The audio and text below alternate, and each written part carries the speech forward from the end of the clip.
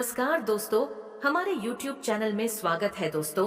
कलयुग के अंत के विषय में हमारे प्राचीन पुराणों में पहले ही भविष्यवाणी की हुई है। कलयुग का प्रभाव कैसा होगा? कलयुग में मनुष्य का व्यवहार कैसा होगा? कलयुग की स्त्रियां कैसी होगी? कलयुग में मनुष्य का आकार और आयु कितनी होगी? कलयुग में पाप और पुण्य की परिभाषा क्या होगी? कलयुग में मुक्ति पाने के कौन से मार्ग होंगे तथा कलयुग का अंत कैसे होगा आदि के विषय में हमारे चीन पुराणों में कलयुग की भविष्यवाणी की गई है।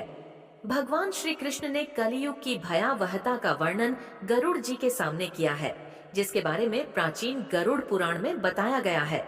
तो चलिए जान लेते हैं कलयुग के बारे में की गई प्राचीन भविष्यवाणियां। कलयुग का अंत।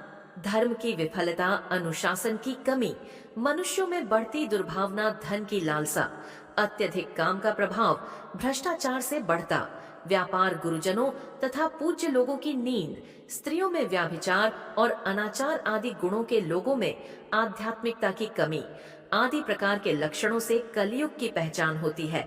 भगवान श्री कृष्ण ने कहा था कि कलयुग में मनुष्य का मन अत्यधिक कठोर हो जाएगा।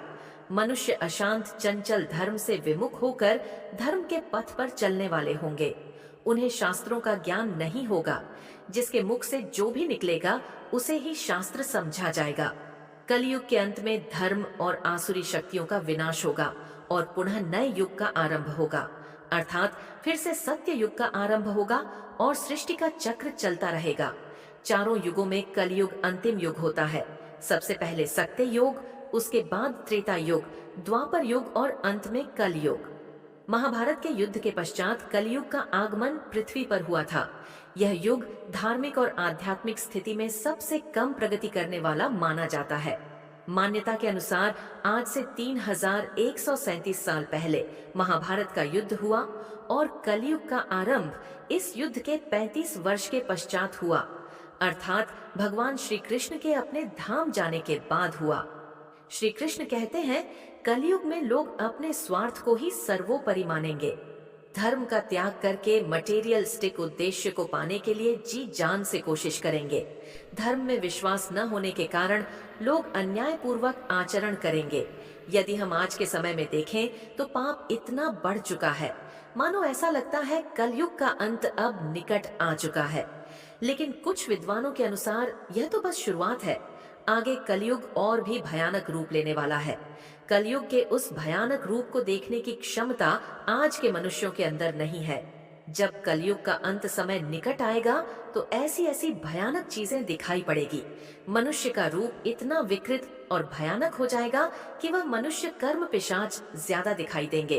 तो आइए जान लेते हैं गरुड़ पुराण में कलयुग के अंत के विषय में क्या कहा गया है। गरुड़ पुराण के अनुसार एक बार गरुड़ जी ने भगवान श्री कृष्ण से पूछा, हे प्रभु, चारों युगों में कलियों को ही सबसे भयंकर और दुख कारक माना गया है।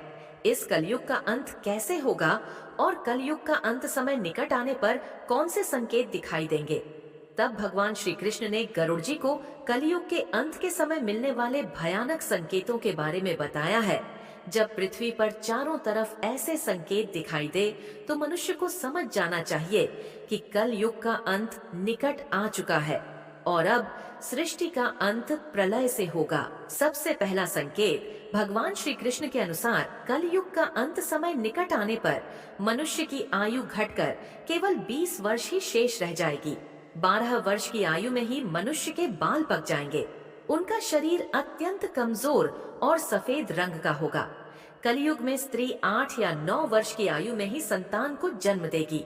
कलयुग की औरतें बहुत ही शील्ड और छोटे शरीर वाली लेकिन अधिक भोजन करने वाली मंद भाग्य होगी। कलयुगी स्त्री कम संतान को उत्पन्न करने वाली और अत्यंत क्रोधी स्वभाव की होगी। वह अपनी संतान को दूध भी नहीं पिलाएगी और न ही उसका पालन पोषण करेगी। दूसरा संकेत भगवान श्री कृष्ण कहते हैं, कलयुग का अंत समय निकट आने पर संसार में पतिव्रता स्त्री दिखाई नहीं पड़ेगी। एक हिस्ट्री कई पुरुषों से विवाह करेगी। लोग पूजा पाठ, श्राद्ध, अंतिम संस्कार, मुंडन और विवाह आदि प्रकार के कार्य नहीं करेंगे। जल के अभाव के कारण लोग स्नान नहीं करेंगे और अशुद्ध ही रहेंगे। कलयुग के अंत में लोग केवल मांसाहार ही करेंगे और कोई भी सात्विक आहार नहीं करेगा। कलयुग में लोगों के वस्त्र तने हुए और चमकीले होंगे। तीसरी बात, श्री कृष्ण के अनुसार जब कलयुग का अंत समय निकट आएगा तो वृक्षों में फल आना बंद हो जाएंगे, सभी वृक्ष फल रहित हो जाएंगे। सृष्टि में हर तरफ केवल शमी के वृक्ष ही दिखाई देंगे। मनुष्य शाकाहार छोड़कर केवल मांस का भक्षण करेंगे। कलयुग का भोजन तामसिक और रोग उत्पन्न करने वाला होगा। इसी कारण से लोग जल्दी ही बूढ़े होकर मर जाएंगे। कलयुगी मनुष्य गाय की पूजा करना बंद कर देंगे, सभी गाय का मांस खाएंगे। गायों को केवल दूध और मांस के लिए ही पाला जाएगा। चौथी बात, कलयुग का अंत समय निकट आने पर अल्प वृष्टि होगी, अर्थात बहुत ही कम बारिश होगी। खेत अनाज नहीं होगा, पाएंगे धान्य का आकार बहुत ही छोटा होगा और फलों में रस भी उत्पन्न नहीं होगा। मनुष्य भूख और प्यास के कारण ही मरने लगेंगे। मनुष्य को केवल बकरियों का दूध ही प्राप्त होगा। भी बाद जब कलयुग का अंत होने वाला होगा, तब भगवान विष्णु सूर्य की किरणों में विराजमान होकर पृथ्वी का संपूर्ण जल सोख लेते हैं। आकाश में चारों तरफ 7 सूर्य दिखाई देंगे। इन सभी सूर्य के प्रभाव से संपूर्ण सृष्टि जलकर खाक हो जाएगी। तत्पश्चात रुद्र रूपी भगवान विष्णु संपूर्ण संसार को दग्ध करके अपने श्वास से मेघों को उत्पन्न करेंगे और यह में एक भयंकर गर्जना करते हुए अगले 100 वर्षों तक आकाश से जल की वर्षा करेंगे और सृष्टि की उस भयंकर अग्नि को शांत कर देंगे। अग्नि शांत होने पर वे में एक संपूर्ण जगत को जल में डुबो देते हैं और इस प्रकार से कलयुग का अंत हो जाता है और फिर परमात्मा अपनी इच्छा मात्र से पुनः सृष्टि में जीव की उत्पत्ति करते हैं। तो दोस्तों, इस प्रकार से गरुड़ पुराण में कलयुग के अंत का वर्णन किया गया है। उम्मीद है आपको यह जानकारी अच्छी लगी होगी। दोस्तों, ऐसी ही वीडियो को पाने के लिए हमारे लव लॉजी टिप्स चैनल को लाइक और सब्सक्राइब करें। धन्यवाद।